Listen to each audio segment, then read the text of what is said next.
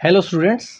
सो आज मैं chapter sexual reproduction in flowering plants से एक बहुत इंपॉर्टेंट टॉपिक लेके आया हूँ, आउट ब्रीडिंग डिवाइस। और इसको हम एनसीईआरटी से लाइन टू लाइन समझने वाले हैं ताकि आपको किसी भी लाइन में दिक्कत ना आए।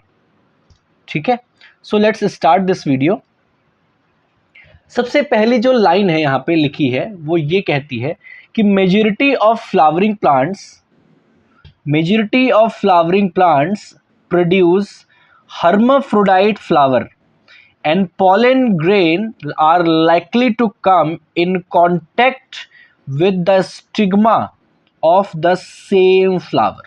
देखिए ये क्या कहना चाह रहा है बच्चों कि जो मोस्ट ऑफ फ्लावर्स होते हैं वो बायसेक्सुअल होते हैं। हर्माफ्रोडाइट का क्या मतलब है?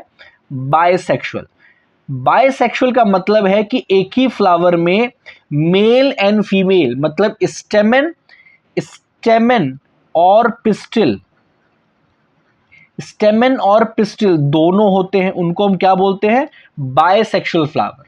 तो अगर कोई फ्लावर बायसेक्सुअल है और उस फ्लावर से जब पॉलिन ग्रेन रिलीज होगा बच्चों, तो बहुत ज्यादा चांसेस है कि वो उसी फ्लावर, है ना, सपोज जैसे ये क्या है, ये पिस्टिल है, ठीक है, और ये स्टेमेन है, मान लेते हैं ये क्या है, ये स्टेमेन है। तो जब यहां से पॉलिन ग्रेन रिलीज होगा तो बहुत ज्यादा चांस है कि उसी फ्लावर के, है ना, उसी फ्लावर के जाके स्टिग्मा पे जाके बैठ जाए। ठीक है, ये बात क्लियर है सबको? आगे नेक्स्ट लाइन क्या कह रही है कि continued self pollination result in inbreeding depression. अब यहां पे बच्चों को बहुत ज्यादा दिक्कत आती है इस वर्ड को समझने में, इनब्रीडिंग डिप्रेशन को। ठीक है, इसको समझिए आप लोग। देखिए, if self pollination keep happening, अगर लगातार सेल्फ पॉलिनेशन होता रहता है, ठीक है, लगातार, तो उससे क्या होता है बच्चों कि जो हार्मफुल रेसेसिव जीन है, ठीक है, हार्मफुल जो रेसेसिव जीन होती है, ठीक, वो एक्सप्रेस हो जाती है। वो क्या हो जाती है? एक्सप्रेस हो जाती है। इसके साथ ही जो जेनेटिक वेरिएशन होता है, जेनेटिक वेरिएशन, ठीक है, जेनेटिक वेरिएशन डिक्रीज कर जाता है। क्या कर जाता है? डिक्रीज कर जाता है। इसके साथ लगातार इन ब्रीडिंग डिप्रेशन होने से और क्या समस्या आ सकती है? जो प्लांट है वो वीकर हो जाएगा, लेस फर्टाइल हो सकता है, ठीक है, और फ्यू सीड प्रोड्यूस करेगा। सॉरी, एक डिस्टर्बेंस था। फ्यू सीड प्रोड्यूस करेगा। क्या? फ्यू सीड प्रोड्यूस करेगा, फ्यू सीड प्रोड्यूस करेगा। ठीक है, तो ये सब उसके क्या है? लगातार इनब्रीडिंग डिप्रेशन होने के नुकसान है। तो दिस रिडक्शन इन फिटनेस, लगातार अब देखना फिटनेस में सीड कम भी कम हो गए, है ना, प्लांट वीक हो गया। तो ये जो लगातार रिडक्शन होगा फिटनेस में, इसी को हम बोलते हैं इनब्रीडिंग डिप्रेशन। ठीक है, इनब्रीडिंग डिप्रेशन क्या होता है? Reduction in the fitness. मैं यहां लिख दे रहा हूं,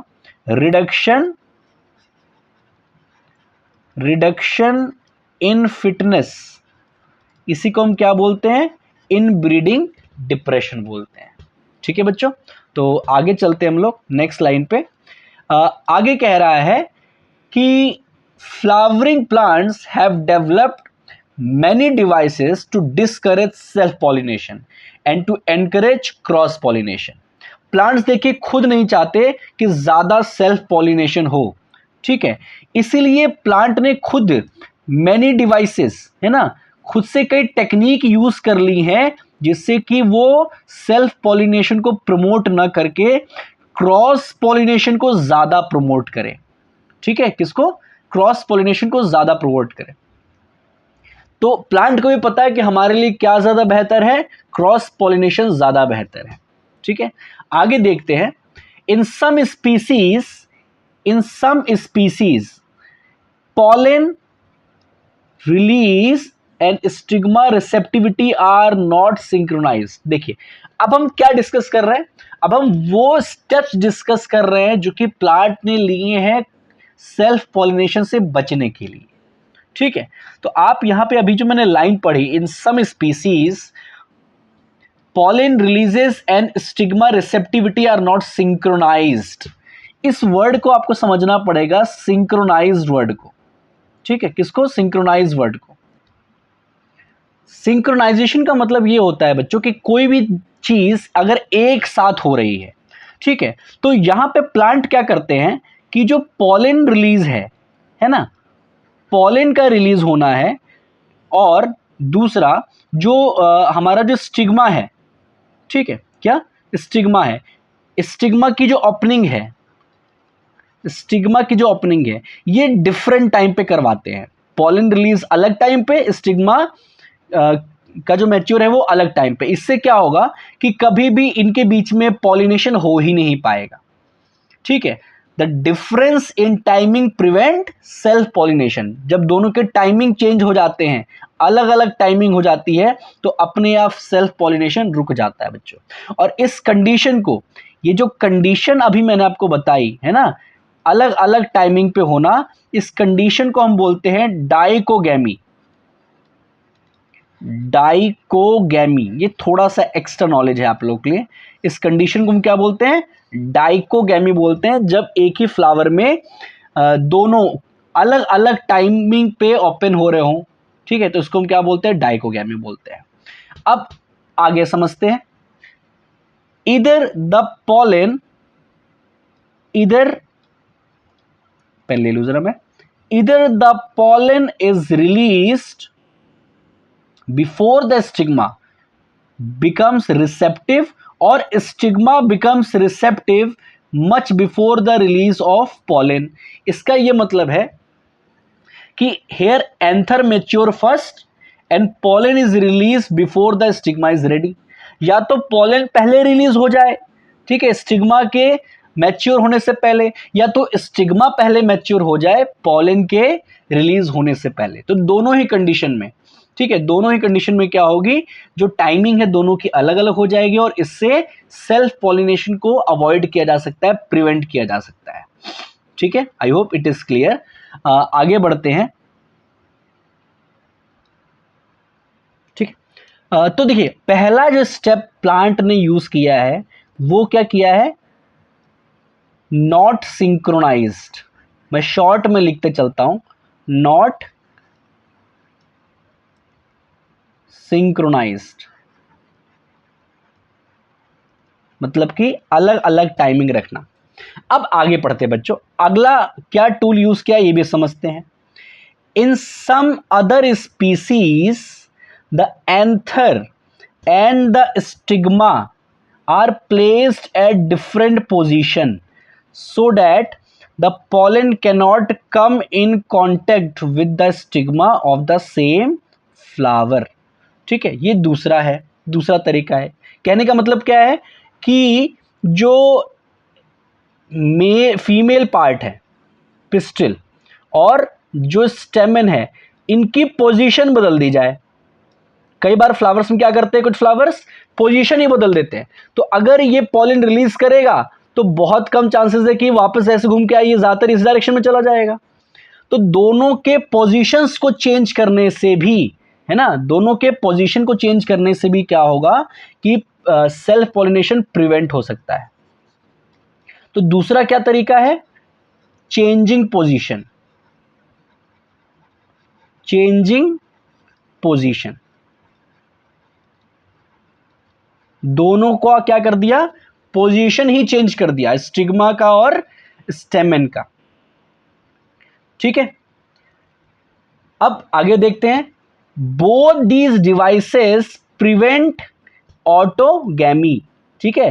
तो दोनों इस तरीके से क्या हुआ, अभी तो हमने दोनों जो तरीके पढ़े हैं, नॉट सिंक्रोनाइज्ड और चेंजिंग पोजीशन, इन दोनों से ऑटोगैमी आराम से रुक जाती है। ऑटोगैमी का मतलब कि सेल्फ पॉलिनेशन, ठीक है, कि एक उसी फ्लावर का पॉलन ग्रेन उसी फ्लावर के स्टिग्मा पे आके बैठ जाए। तो ऑटोगैमी से प्रिवेंट हो सकती है। अब बात करते हैं तीसरे डिवाइस की, the third device. The third device to prevent inbreeding is self incompatibility. अब ये वाला जो वर्ड है यहीं पे बच्चे फंसते हैं, सेल्फ इनकॉम्पेटिबिलिटी, ये क्या है? ठीक है, ध्यान समझिए। Some plants have a genetic mechanism that rejects their own pollen. कुछ प्लांट्स के पास बच्चों ऐसा जेनेटिक मैकेनिज्म होता है कि वो खुद के पॉलन ग्रेन को रिजेक्ट कर सकते हैं। ठीक है, और इसी को हम बोलते हैं सेल्फ इनकॉम्पेटिबिलिटी। तो सबसे पहले आप इस चीज को समझ लो, तीसरा स्टेप क्या है बच्चों? Self incompatibility.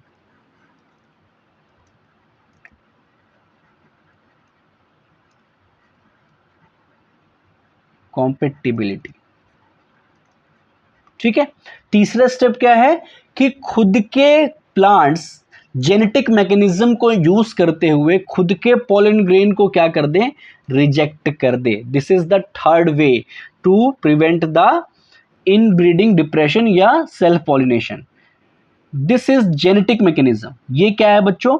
ये जो हमने भी डिस्कस किया, this is a genetic mechanism and prevent self pollen from the same flower or the other flower of the same plant from fertilizing the ovules by inhibiting pollen germination और pollen tube growth in the pistil।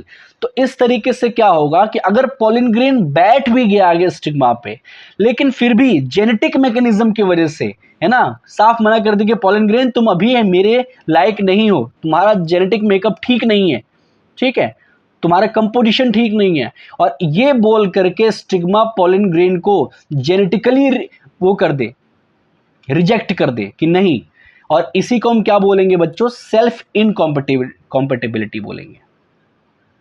I hope it is clear. तो इसके कई कारण हो सकते हैं, कई पता साइटोप्लाज्म कम है, कई बार क्रोमोसोम्स अच्छे से नहीं बने हैं, तो ये तरीके भी हैं। ठीक है, तो 3 तरीके हमने डिस्कस कर लिए अभी तक आउटब्रीडिंग डिवाइस के। पहला, नॉट सिंक्रोनाइज मतलब कि अलग अलग टाइमिंग पे मैच्योर होना मेल और फीमेल पार्ट का। दूसरा, चेंजिंग पोजीशन मतलब मेल और फीमेल पार्ट्स के पोजीशन चेंज कर दिया जाए ताकि कांटेक्ट में जल्दी ना आ पाए। तीसरा तरीका क्या है कि सेल्फ इनकॉम्पेटिबिलिटी मतलब कि किसी जेनेटिक कारण की वजह से जो स्टिग्मा है वो रिजेक्ट कर दे पॉलन ग्रेन को। ठीक है, अब आगे बढ़ते बच्चों।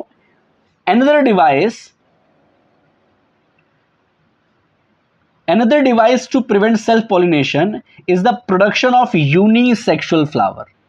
Another device to prevent self-pollination, दूसरा अगला तरीका क्या है कि वो यूनिसेक्सुअल फ्लावर बनाए। ये तो बहुत अच्छा तरीका है। तो फोर्थ तरीका क्या है बच्चों? है ना, यूनिसेक्सुअल फ्लावर। यूनिसेक्सुअल फ्लावर, या तो फ्लावर मेल हो या तो फ्लावर फीमेल हो। ठीक है, some plants produce flower that are either male only or female only, such flower are called unisexual flower. तो ये तो बहुत अच्छा तरीका है कि केवल यूनिसेक्सुअल फ्लावर ही ग्रो कराया जाए। ठीक है, आगे, if both male and female flowers are present on the same plant such as castor, maize, it prevents autogamy but not geitonogamy। ठीक है, देखिए, अगर मेल प्लांट और फीमेल प्लांट एक ही पेड़ पे लगे हो तो इससे ऑटोगैमी तो प्रिवेंट हो जाएगी। ऑटोगैमी का मतलब है कि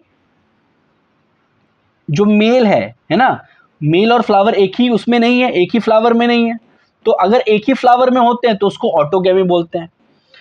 ठीक है, लेकिन गिटनोगैमी प्रिवेंट नहीं हो सकती, क्योंकि देखो ऑटोगैमी के 2 पार्ट हैं। ठीक है, सेल्फ पॉलिनेशन के 2 पार्ट हैं। सेल्फ पॉलिनेशन में एक होता है ऑटोगैमी और एक होता है गिटनोगैमी। तो अगर एक ही पेड़ पे बच्चों, है ना, एक पेड़ पे फ्लावर लगा है, ठीक है, एक पेड़ पे फ्लावर लगा है और इसी के अंदर मेल और फीमेल दोनों है, ठीक है, इसी के अंदर मेल और फीमेल दोनों है, तो ये ऑटोगैमी है।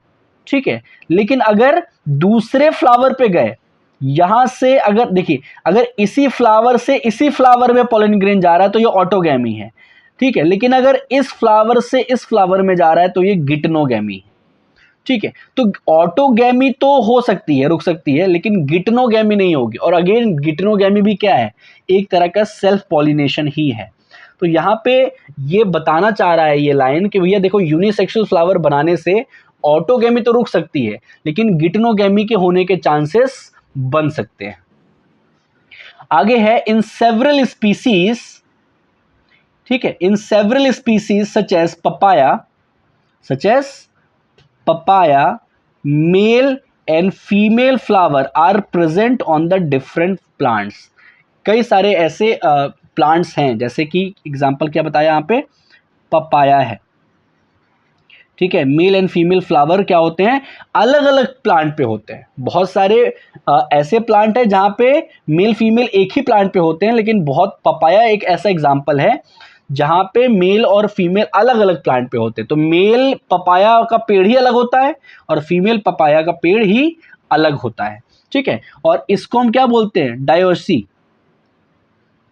ठीक है। This condition prevent both autogamy and गिटनोगैमी।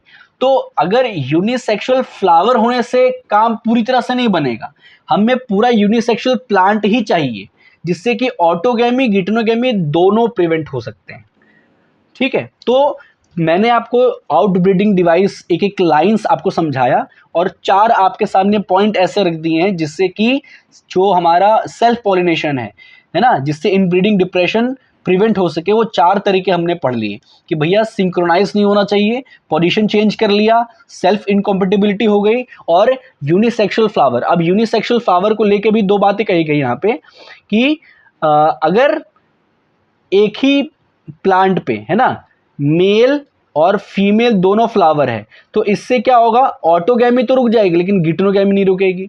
लेकिन अगर पेड़ ही अलग कर दे, मेल का पेड़ अलग और फीमेल का पेड़ अलग, तो इससे ऑटोगैमी गिटनोगैमी दोनों प्रिवेंट हो सकती है, ठीक है। तो इसमें इसमें क्या है, इस वाले पेड़ में, है ना, इस वाले पेड़ में गिटनोगैमी हो जाएगी, लेकिन ऐसे वाले कंडीशन में